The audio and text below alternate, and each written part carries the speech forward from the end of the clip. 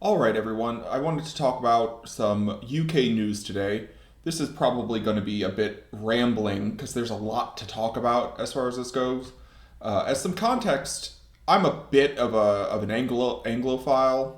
I do read a lot of UK news. I keep up with UK politics. It's been something that I've been doing for years at this point, and they have interesting takes on entomology news. Just because they deal with a lot of the issues that Europe deals with as far as insect decline, but they also have really well documented insect populations because the Victorians were crazy about collecting insects. So we do have a lot of information there. So the story came out, it's been making its rounds on Twitter a little bit about the decline of insects in the UK and potential, I use that loosely, causes for this. This story actually originally was published not today, although it was republished today for some reason. Originally, The Guardian published this last Friday under a different title, but it's the same author and it's basically the same article on wild insect decline. I guess maybe not enough people saw it on Friday, so they republished it. I have no idea. Although they did change quite a bit of the article. But the premise is still the same, which is there have been notable declines in flying insect populations around the UK, and for whatever reason, they've decided that this is the fault of the farmers, and what we need to do is ban pesticides. So I wanted to go off on a bit of a tangent about this because I see this quite a bit for research coming out of the UK and Europe, and it's kind of backwards. Like things are not like they were in 1970 with Silent Spring and Rachel Carson. Like things have changed so much in the pesticide world and the entomology world that to keep kind of beating this dead horse is a little insane. So, just to go over these articles, they just kind of some issues with the articles, and then we'll dive into surrounding information. The overall premise of this is, like I said, they're blaming farm use of pesticide. Kind of some they're experts on the subject. They interview a few entomologists. I'm not sure that they're actual agricultural entomologists so much as they are taxonomists and systematists. It was hard to say. They didn't qualify a lot of these people, but they continuously come back to the Pesticide Action Network for quotes, and they're the ones making the argument that we need to ban all these pesticides. And so I had never heard of the Pesticide Action Network UK, so I looked them up, and they're just a collection of NGOs who have been kicking around for like the last 50 years, and their big concern is the banning of most pesticides, which seems insane to me. But the most notable thing here is they just admit outright there is almost a complete lack of effective monitoring of pesticide use in UK agriculture, said Nick Moll, the policy officer for Pesticide Action Network UK. What little we do have is incomplete, out of date, and on such a broad scale as to be virtually meaningless. This is the policy director who is calling for the ban of these pesticides because they're killing all of the insects. So, organization who hates pesticides blames pesticides with no data. And they say I don't know if it was this version of the article or the other one, that basically, according to farmers' own records in the UK, they're using 50% less pesticide since the 90s. So there's been a huge decline, and that's way less pesticide than they used to use in the 70s. And not only is it less pesticide, these are much safer pesticides. And though they say kind of crazy things in here like, oh, but the pesticides we use are 10,000 times more toxic to insects and things like that, which, newsflash, pesticides are supposed to be toxic to insects. We want to kill the insects. That's why we use the pesticide. But they are overall, why I say they're safer is that a lot of, the old pesticides like DDT, they were fairly safe for human use, but they had broad spectrum effects on other arthropods and other invertebrates. And they built up in the ecosystem, and this is where you get it was killing the bald eagle population because they are an apex predator, and it was building up in the food chain. Most of the pesticides that we use since the 70s, and especially the 80s when they rolled out the organophosphate neurotoxins, are much safer. They don't have such a broad spectrum. They don't linger in the environment. So we can say that it's more toxic to whatever caterpillar or whatever or that we're worried about, but that isn't the point of an objection. It's supposed to be toxic to the pests that we want it to be toxic to. So they cut out a lot of that stuff in the newer edition of this. Yeah, here it is. 10,000 times more toxic than DDT. That doesn't tell us very much. DDT wasn't particularly toxic. That's why DDT was used so much. It was actually pretty safe for most vertebrates. It was only after it built up in the ecosystem because it never degraded that it became a huge issue. But they changed quite a bit of this, and there's just sort of nonsense things that they talk about here, where it's like they reference the idea that maybe it's climate change or maybe it's ecosystem destruction, but they just keep coming back to it. It must be the pesticides. At one of these points, they blame ivermectin, which is an anti-parasite medication that's used in animal livestock rearing. That must be what's doing it. Even though ivermectin's been around for 50 or 60 years. And it's just not used like it used to be used. But why I had such an objection to this article, even though they published it twice and everyone's talking about it, is not an objection to the idea that UK insect numbers are falling. We know that they're falling. We know they're falling in Europe. We know they're falling in the United States. But this dead horse of pesticide use just comes up over and over again. So one of the things that I figured would be useful to look at is butterflies. And the reason I thought it would be useful to look at is for Britain at least, we have really good data on butterfly conservation and the issues that butterflies are having. So the last report on butterflies came out in 2022, and there has been an enormous decline in the butterfly population. This is not surprising. Caterpillars and butterflies are very sensitive to their ecosystems. And out of the countries in the UK which are most affected, with the loss of these species and loss of pollinators, England is by far the worst. And then followed by Wales, which is not doing very well, and then Northern Ireland, and then Scotland. So can I zoom in here? Let's zoom in here. So you can see that there's been very large population losses and distribution losses in England here. So England butterflies have fared the worst, with an overall distribution change of minus 45% since 1976, largely driven by a very steep decrease in the distribution of habitat specialist species. So a lot of the specialist habitats have been wiped out, specifically in England and Scotland, well, really all over the UK. There's been a huge loss in wetlands. If you go back 1,000 years or more, there is an enormous number of swamps and bogs and marshes and peatlands and the moors and all this all over the UK. The UK used to have a huge problem with malaria because of the number of swamps that they had. But the swamps produced a lot of biodiversity, and a lot of butterflies existed in these swamps.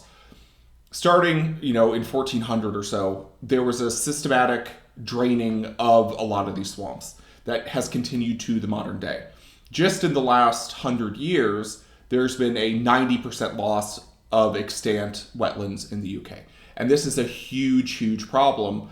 Obviously, we don't want the UK to become, a malarial-ridden swamp again. But you have to weigh the pros and cons of destruction of these habitats, because the UK, the British in general, have a certain love for the outdoors.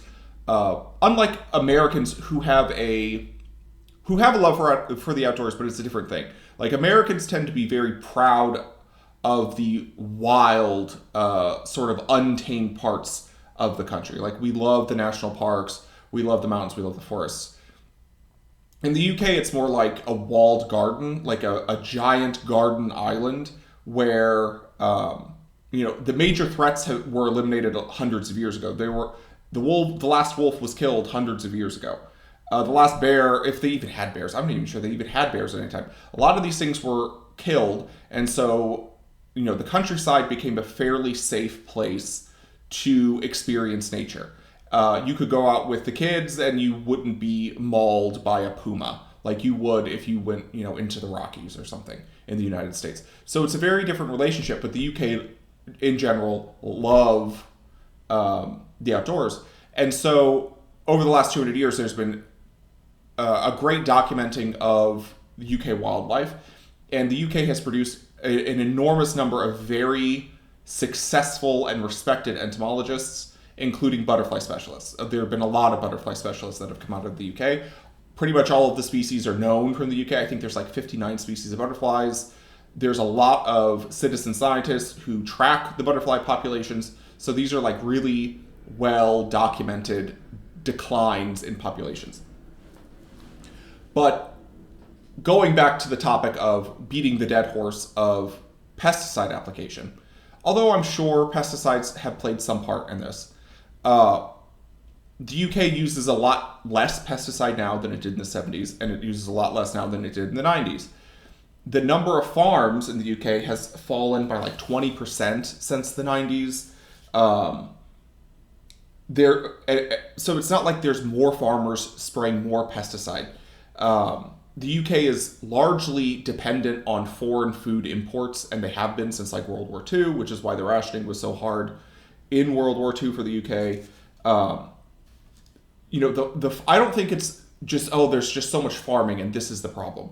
The thing that is driving this, in my opinion, is massive habitat loss, and it's gotten a lot worse in the last, 20 years. And it's because the UK has experienced an insane population growth.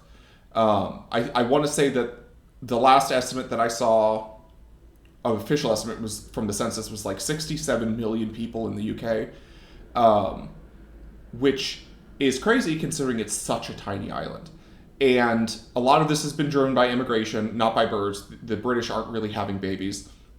The enormous number, millions of immigrants have come in with no infrastructure. Most of the infrastructure in the UK was built between the 50s and the 70s. So there's been this mad scramble to develop more housing, to expand the sewage system, to expand the grocery system, all of this. And basically you just pave over the countryside to build all of this. And it's caused a huge problem in the last 10 years. We're seeing similar problems in the United States with the expansion of the cities. And I'll get to that in a minute. But in the UK, there's been this massive loss of habitat. And it's been really well documented. Let me pull up some of the stuff. But before we get into that, just to go back to the UK population stuff, just evidence of this premise. So if you look at with the butterflies, like you can see this. So this is Butterfly Stripes graphic representing the decline of distribution of butterflies between 76 and 2019. You can see in 76, even though the butterflies weren't doing great, green, wide distribution. And you can see it tapering down very quickly. And the inflection point occurs here in the mid-90s. And this is when the population boom started in the UK. And they, really started building more stuff to house people, to feed people, to get more transportation. You need more roads and all this other nonsense that's been happening. And something that but many people don't realize is just how densely populated the United Kingdom is. It's actually crazy. So if I drop this off over here, this is number of people per square kilometer in the United Kingdom as of 2 years ago, and it's only gotten worse. They've had millions more people arrive in the UK since 2022. London, 5,600 per square kilometer, but the UK in general, it's 279. This is, I want to say, this is a population density that almost rivals India. Let me just double check that.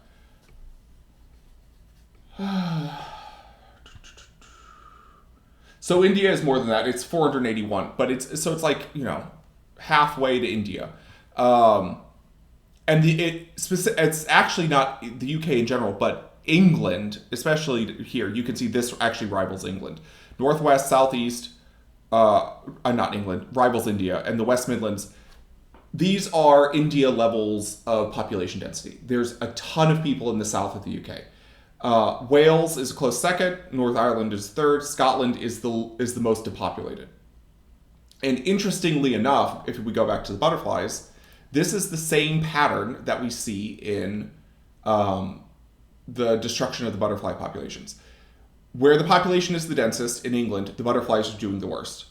Where the population is the most sparse in Scotland, the butterflies are actually doing really well. Their abundance has increased, the distribution of the butterflies has increased. So there's this direct correlation, and actually Wales. So England is the worst, Wales is the second worst, Northern Ireland is the third, Scotland's doing the best. It's the same pattern with the population density. It's exactly correlated. So you have this population density issue of the sprawling urbanization. So just in the last, I want to say, 10 or 15 years, I think so. Maybe it was from the late 90s, where you see this this inflection point here, starting in the late 90s. The size of all the urban areas in the United Kingdom has expanded by 30%. That's an enormous expansion of paved roads, more houses, more strip malls, more cement and steel. And so you just can watch this collapse happening in real time. Additionally, like, insects are incredibly dependent on fresh water, which is why they love the wetlands. 80% of rivers in the UK were considered unhealthy, so only 20% were considered healthy, and that was before the current sewage crisis in England. So now there's this sewage crisis going on where sewage systems are just openly spilling over into riverways and basically making them totally ruined. And there's just more stuff like this. Like, if you start digging, you just see this. Here are land use statistics over the last couple of years, 2022, and again, this has only gotten worse as far as like how much open land is there in the UK for just wildlife, and it's pretty awful. 0.2% of England is considered vacant. Only 0.9% is considered undeveloped. So together, it's 1.1% is either vacant or undeveloped. This huge amount for agricultural use, obviously, but 60% isn't. I mean, it's a lot, but it's not that much. Considering that the other 40% is going to be, or 39% is going to be for human use, not for agricultural use. This is the one here: forestry, open land, and water. So what? Obviously, open lakes doesn't, or open rivers doesn't do much. Forestry is a weird one because people see forestry and they think, well, that's just like a wild forest. That's not what forestry is. Forestry or forests that are for like timber and things like that are actively maintained. So they are treated like a giant plantation of trees. It's not the same as like an old forest or anything like that. So you can see that like just a lot of land is being used up. There's not much left over for wild things to inhabit. And it's not, if the population of the UK keeps increasing, this problem is just going to get worse and worse and worse, regardless of the pesticide use. And to go along with that, like in these articles, going back to these, they call for more bans of pesticides, just like Europe, and because there's, I want to say, let me see, I just think I have a number here. There's a number of pesticides, 30 plus pesticides that are banned in Europe that aren't banned in the UK. And these must be contributing to it. But Europe has banned these pesticides, and they are also seeing these declines in insect populations. There was a study coming out in 2017 that's been replicated, I think, a couple times with the Black Forest, where there's been a 75% decrease in the insect populations of the Black Forest over the last 27 years. Regardless of what pesticides they banned. It's not like Germany is just flooding itself with pesticides. But one of the big things has been the destruction of the Black Forest for more housing projects and for more strip malls and all this other nonsense, where there's just no more wilderness left for these things to live in. Everything has been kind of meddled with by people. We've destroyed a lot of ecosystems.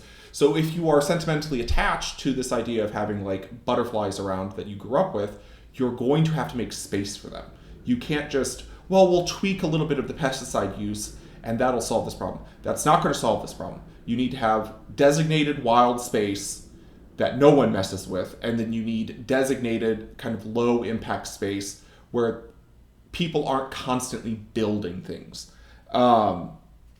And the same pattern occurs in the United States. Every year for the last, 10 years, maybe more, every summer there's an article that says, where have all the lightning bugs gone? Where have all the fireflies gone?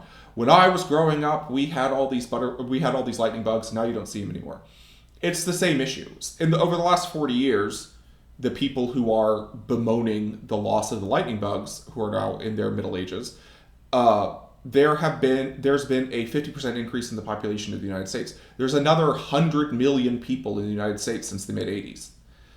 You have to put those people somewhere if you're going to, propagate this idea of constant population growth within a limited area. You have to put them somewhere. You have to expand the cities. The suburbs or on the outskirts of the city that were once full of lightning bugs are now in the middle of the city because the city has sprawled so far. And those people that live there no longer see the lightning bugs because they can't live there anymore. But no one really wants to talk about, oh, we've literally just built on top of all of the space that would once produce these things that we really liked from our childhoods. And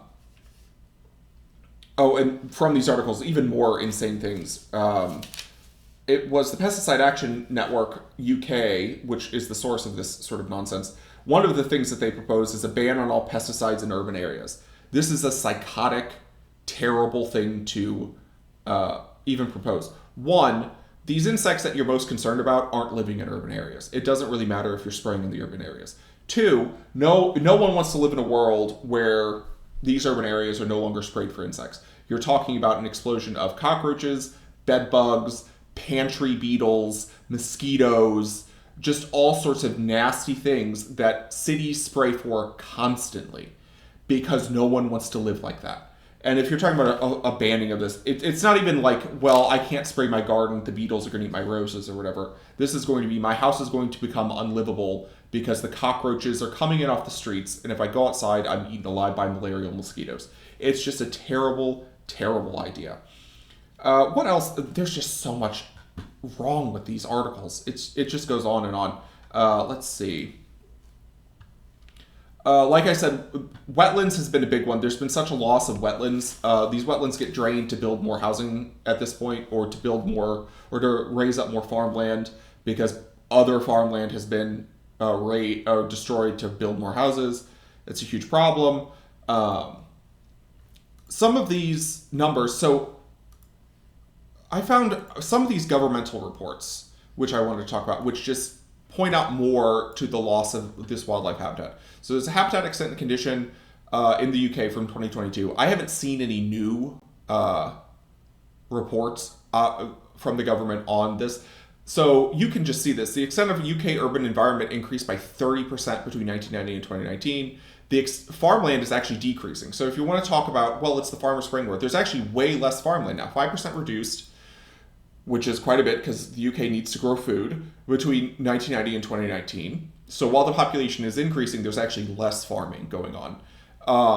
But there's some interesting stuff here where it's like the UK farmland that is woodland has increased. And so I wanted to look into this, like what sort of woodland is actually going on here. And what I found was where the woodland is increasing quite a bit is actually, again, in Scotland, where it's the most depopulated. So there's little bits of woodland being reclaimed on the other countries in the UK, but Scotland is by far the most wooded, and it's creating the most new woodlands. And this is where the insect populations are doing better than what you see in, Northern Ireland, England, or Wales. So it just keeps coming back to this. And then what was the other one? Let me find the other one. There was this much more detailed report, which was, this is an economics report as far as like the use of land in the UK and what's happening by the hectare. And so these were special scientific interest sites. So these are areas generally with like interesting animals living there or interesting plants that are there that don't occur in other parts of the UK, and what's happening with the hectares of this land. And just overall, the wetlands, tons of wetlands are being degraded. Very few, there's a 2,000 hectare increase in favorable wetlands, but there's an 8,000 hectare increase in degraded wetlands. And this is the same for all environments since 2011. So you have degradation of grasslands, degradation of heathlands, degradation of woodlands, and degradation of coastlines. And it's just happening over and over and over as people build more things to try and keep the infrastructure up with the population increase. So stop blaming the farmers for this. This isn't because there's just so much farming. You don't want to live in a world where the farmers aren't doing their jobs. Um, and on top of that, this is just something that I find really annoying that farmers are being vilified for. And I suspect that this is, because farmers don't read The Guardian, is why they're probably getting kicked like this. Farmers don't just spray pesticides because they want to. And then part of the article goes over this. We're like, well, why don't they use integrated pest management techniques? They do use integrated pest management techniques. For those of you who don't know what this is, it's basically you keep track of the beneficial insects that are on your land, and you keep track of the pest populations, and you don't just willy-nilly use pesticides. You only use the pesticides when you absolutely have to. When the population of pests has reached a critical level and it's causing economic damage above a certain threshold to your crop. This has been the method for the last 40 years. And it saves on a lot of pesticide spraying. This is not a new concept. Farmers don't just go out and spray pesticides because it's time to spray pesticides, or because they want to spray pesticides. Pesticides are extremely expensive. Their application is extremely time-consuming and dangerous to the farmer. They will only do it if they absolutely have to, because when you're talking about spraying thousands of acres with pesticide, it's a lot of money. And they're not just doing it because they want to.